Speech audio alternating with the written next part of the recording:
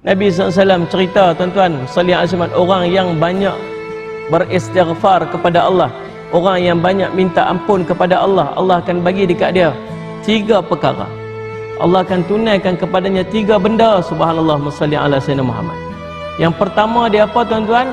Allah akan membebaskan dia, Allah akan melepaskan dia daripada gundah gelisah.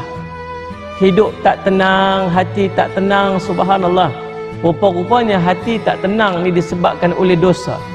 Hidup tak seronok, Masya Allah Rabbi, tuan-tuan, ada saja benda yang menimpa dia, ada saja masalah dalam hidup dia ni.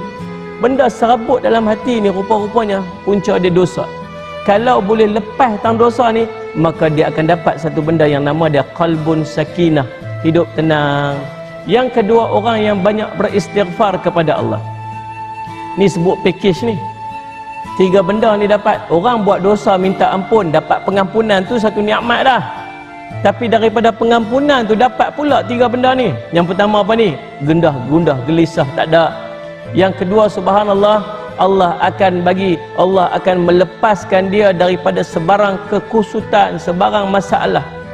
Apa saja benda serabut, ada benda saja yang menyebabkan kekusutan dalam hidup dia, masalah-masalah yang menimpa dia, Allah akan bagi lepas dekat dia, Allah bagi. Yang ketiga, subhanallah, maksudnya tuan-tuan, orang yang banyak beristighfar kepada Allah ni, Allah akan bagi kepada dia, tuan-tuan, rezeki yang tidak disangka-sangka. Tuan-tuan nak rezeki, tuan-tuan rasa berat rezeki, tuan-tuan beristighfar kepada Allah. Selain daripada dapat pengampunan dosa, 3 package sekali Allah bagi hilang rasa gundah, Allah bagi selesai daripada segala masalah, dan Allah bagi, tuan-tuan, rezeki yang tidak dia sangka-sangka.